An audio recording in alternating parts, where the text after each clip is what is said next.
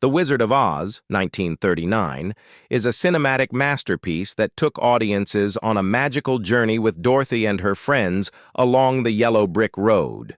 But behind those iconic roles lay the tragedies of the actors: on-set accidents, addiction, loneliness, and heartbreak. In this video, join us as we explore the heartbreaking stories behind the legend and honor the legacies they left behind. Don't forget to like and subscribe. Let's get started. Judy Garland as Dorothy Gale. Judy Garland, born Frances Ethel Gum on June 10, 1922, in Grand Rapids, Minnesota, was just 17 years old when she captivated the world as Dorothy Gale in the classic film The Wizard of Oz, 1939. With her braided hair, innocent eyes, and the deeply moving performance of Over the Rainbow, Judy became a symbol of childhood and hope. But the role that brought her fame also marked the beginning of a lifelong series of tragedies. From her teenage years, Judy lived under the harsh pressures of Hollywood. To keep Dorothy forever looking like the sweet, wide-eyed girl, MGM forced her onto strict diets and prescribed her a mix of diet pills and sedatives to control her energy. These pressures took a toll not only on her physical health, but also planted deep insecurities in her young heart about her appearance and self-worth. Even at the peak of her career with Meet Me in St. Louis, 1944, behind the smiles on screen were nights of loneliness and tears, as Judy battled an addiction she couldn't escape. Marriage, too, brought little peace. Judy married 5 times, but most of these unions ended in heartbreak. Her marriage to director Vincente Minnelli, father of Liza Minnelli, turned into a tragedy when Judy discovered his betrayals. Wounded by love gone wrong, she sank deeper into pills and alcohol, which further shook her career. Even during the brilliance of A Star is Born, 1954, when she earned an Oscar nomination, Judy struggled against illness and mental breakdowns, sometimes despairing enough to want to give up everything. In her final years, Judy lived amid debt and uncertainty. Betrayed by managers and used by friends, her fortune slipped away. She was forced to sell her beloved Brentwood home for a fraction of its worth and took on performance contracts just to stay afloat. Her last marriage, to Mickey Deans, could not ease the loneliness that haunted her. Yet in her final shows in London and Copenhagen in 1969, brief as they were, the spark of her talent still shone through. On June 22, 1969, Judy Garland died in a rented London home at the age of 47 from an accidental barbiturate overdose. At the time of her death, she left behind a net worth of just $40,000, a heartbreaking sum compared to all she had achieved. Yet the public's love for her never faded. More than 20,000 people lined up in New York to pay their last respects. And in 2017, honoring the family's wishes, Judy's remains were moved to Hollywood Forever Cemetery. Frank Morgan as Professor Marvel and the Wizard.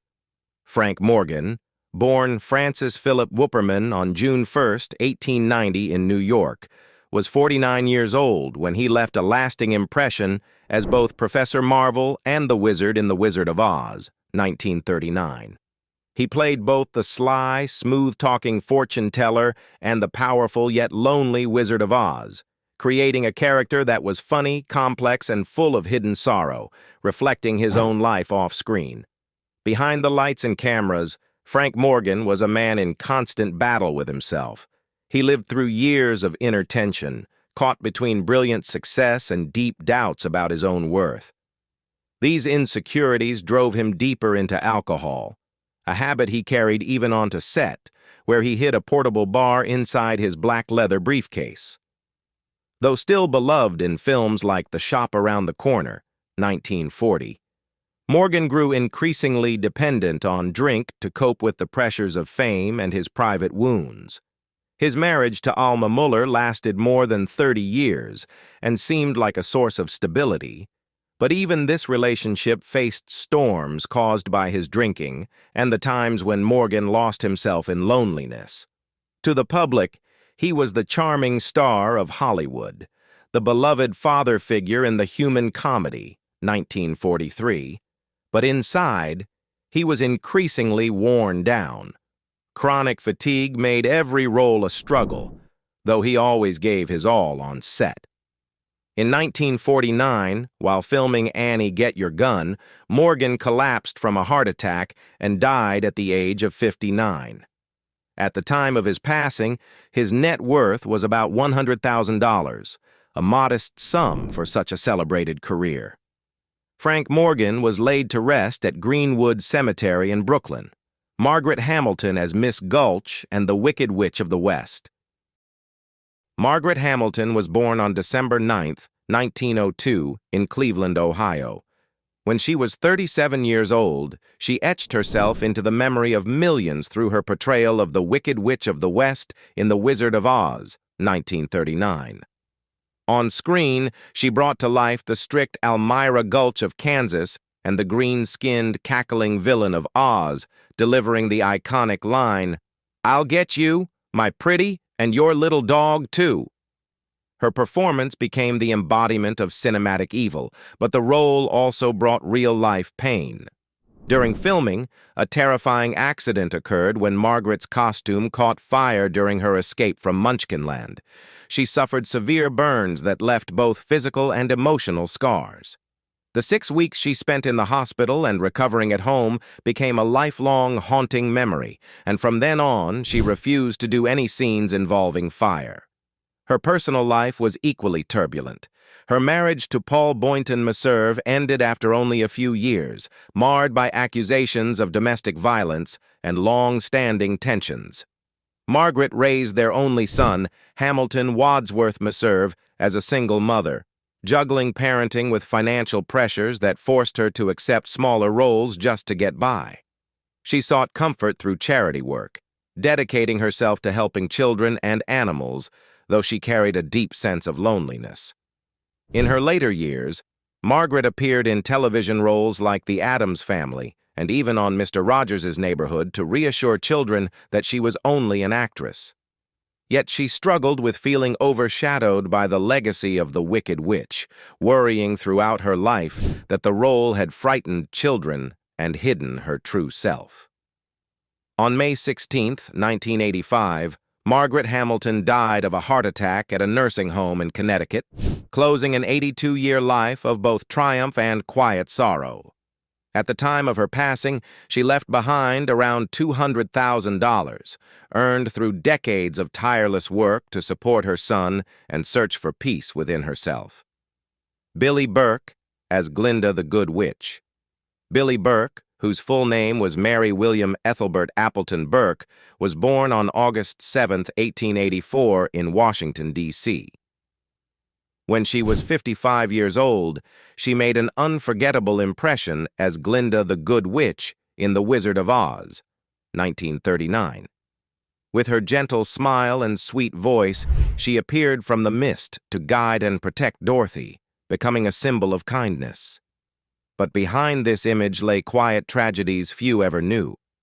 Her marriage to the famous producer Florenz Ziegfeld once brought Billie years of splendor. But after the 1929 Wall Street crash, her family lost nearly everything, and the burden of survival fell on her shoulders. She returned to film to help clear their debts, and in 1932, while filming A Bill of Divorcement, she was struck by grief when Ziegfeld died. Billie pushed through to finish the film, quietly bearing the emptiness that followed. In the years after her husband's death, Billie faced deep loneliness and depression. She appeared in films like Dinner at 8, 1933, and Merrily We Live, 1938, the latter earning her an Oscar nomination. But beneath the facade of cheerful, naive aristocrats on screen was a woman struggling nightly with memories of lost happiness and everyday worries. Her relationship with her daughter Patricia also grew strained, as Billie avoided confronting her true emotions and immersed herself in work to dull the pain. In her final years, as the spotlight faded, Billie's sharp mind began to wane, leaving her lost between glorious memories and a quieter present.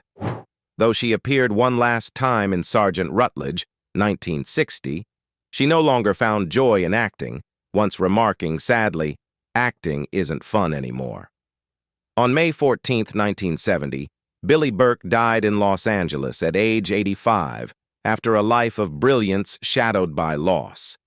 At her passing, she left an estate of about $500,000 built through years of determined work to overcome the financial ruin that followed her husband's death.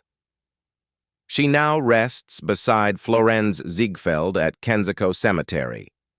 Jack Haley as Hickory and the Tin Man. Jack Haley, born John Joseph Haley, Jr., on August 10, 1898, in Boston, Massachusetts, was 42 years old when he made cinematic history playing Hickory, the kind farmhand, and most memorably, the Tin Man in The Wizard of Oz, 1939. With his gentle smile and bedtime story voice, Haley gave the Tin Man a yearning for a heart, making him a symbol of love in the magical land of Oz. But behind the role lay hidden tragedies. Haley only got the part after Buddy Ebson, originally cast as the Tin Man, nearly died from an allergic reaction to the aluminum dust in the makeup. What seemed like a lucky break brought its own suffering. Haley developed a severe eye infection from the makeup and had to take days off for treatment, haunted by the grueling conditions on set. He often confided to friends that making The Wizard of Oz was no joy. It was just hard work, much harder than people realized.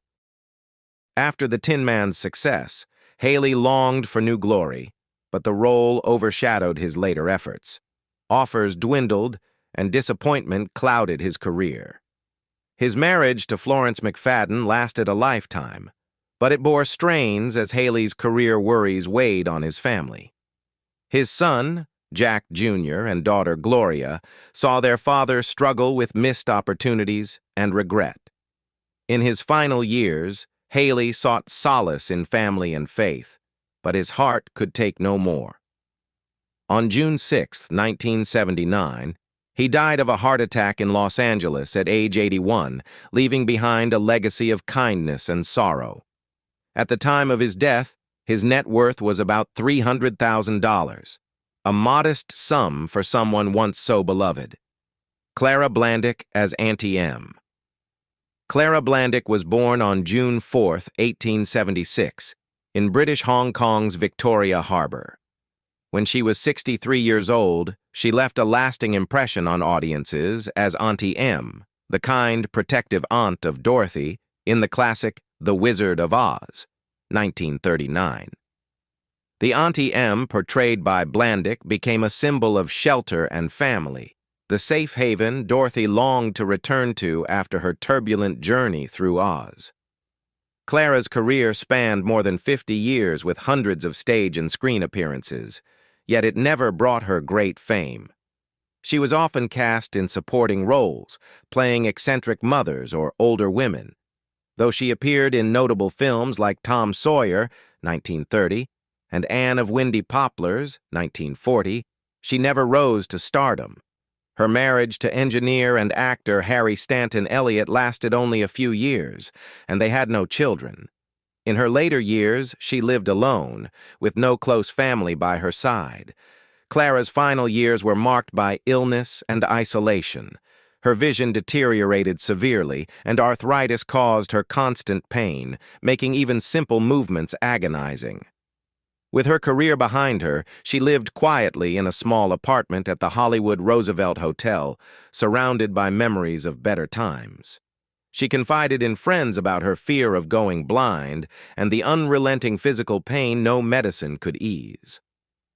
On April 15, 1962, after attending a Palm Sunday service, Clara returned to her room, carefully arranged her keepsakes, dressed herself in a royal blue robe, styled her hair neatly, took sleeping pills, and covered herself with a yellow blanket. She placed a plastic bag over her head, seeking to end her life in peace. Her final note was a prayer for release from suffering. At the time of her passing at age 85, Clara Blandic left behind an estimated net worth of just $50,000, a modest sum for a lifetime of quiet dedication to the arts. Though her life ended quietly, the image of Auntie Em endures as a symbol of kindness and maternal love. Bert L as Zeke and the Cowardly Lion. Bert L, born Irving Larheim on August 13, 1895 in New York, was 44 years old when he made an indelible mark as Zeke, the timid farmhand, and especially as the Cowardly Lion in The Wizard of Oz, 1939. Wearing a heavy lion costume and enduring sweltering makeup, Lar brought to life a character that was both funny and heartfelt, winning over audiences with his performances of If I Only Had the Nerve and If I Were King of the Forest. Yet beneath the roaring mask was a life filled with quiet sorrow and regret. Lar was a celebrated stage star, but his brilliance in comedy often typecast him, making it hard for him to land the serious roles he longed for. After The Wizard of Oz, his film career stalled, and he retreated to stage and television work. His first marriage to Mercedes Del Pino ended in heartbreak when she was hospitalized with mental illness, leaving Lar to raise their son Herbert alone. His second marriage to Mildred Schroeder also faced challenges, as Lar's career anxieties often strained the family. Though he earned acclaim with a Tony Award for Foxy, 1964, and won praise for Waiting for Godot, Lar remained burdened by the frustration of being confined to comedic roles. In his later years, his health declined, and during filming of The Night They Raided Minsky's, he fell ill. On December 4, 1967, Bert Lar died at age 72. While newspapers reported pneumonia as the cause, his son later revealed he had succumbed to cancer. At his death, Lar's net worth was estimated at $250,000, not much for a brilliant yet unfulfilled career. Ray Bolger as Hunk and the Scarecrow. Raymond Wallace Bolger was born on January 10, 1904, in Boston, Massachusetts. When he was 35 years old, he played Hunk, the hard-working farmhand, and most memorably, the Scarecrow in The Wizard of Oz, 1939. With his flexible movements and natural charm, Bolger turned the Scarecrow into a beloved icon, forever linked to the tune If I Only Had a Brain. But behind the smiling face was a man who carried lifelong struggles. Despite his exceptional talent in dance and acting, Bolger found himself typecast by the overwhelming success of the Scarecrow, which overshadowed his efforts to secure new, groundbreaking roles. On Broadway, he dazzled in shows like Where's Charlie? But he often spoke of the pressure to prove he was more than just the man of straw from Oz. His marriage to Gwendolyn Rickard lasted over 57 years, solid and enduring, yet marked by the quiet sorrow of having no children, a void that weighed on him. In the years after The Wizard of Oz, Bolger continued working on stage and television, from Babes in Toyland, 1961, to appearances on The Partridge Family and various commercials. Still, the Scarecrow's shadow loomed large, a constant reminder of artistic opportunities that slipped away. As his health declined from bladder cancer, Bolger spent his final days quietly in a Los Angeles nursing home, far from the spotlight that had once defined his life. Ray Bolger died on January 15, 1987, at age 83, the last surviving main cast member of The Wizard of Oz. His net worth at death was estimated at around $400,000, a modest sum for an artist who brought joy to millions. Charlie Grapewin as Uncle Henry. Charles Ellsworth Grapewin was born on December 20, 1869, in Xenia, Ohio. When he was 70 years old, he made an unforgettable mark on audiences as Uncle Henry, the kind and gentle uncle of Dorothy, in The Wizard of Oz, 1939. Although his screen time was limited, Grapewin's Uncle Henry became a symbol of the peaceful home Dorothy longed to return to. Before The Wizard of Oz, Grapewin had already built an impressive career with over 100 films to his name, including standout roles as Grandpa Joad in The Grapes of Wrath, 1940, and Jeter Lester in Tobacco Road, 1941. Yet behind the success lay a life touched by loss.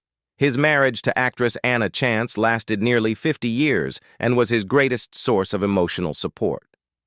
When Anna passed away in 1943, Grapewin was consumed by loneliness. With no children, he lived quietly in an empty house, watching his career slow as Hollywood shifted its focus to younger stars. In his final years, Grapewin lived in solitude, weighed down by sadness and the absence of loved ones to share his days. Though remembered as a devoted artist, he rarely spoke of his long and distinguished career and gradually withdrew from the spotlight. His health steadily declined with age, and on February 2, 1956, he died of natural causes at 86. At the time of his passing, his net worth was estimated at around $100,000, a modest sum for someone who contributed so much to the arts.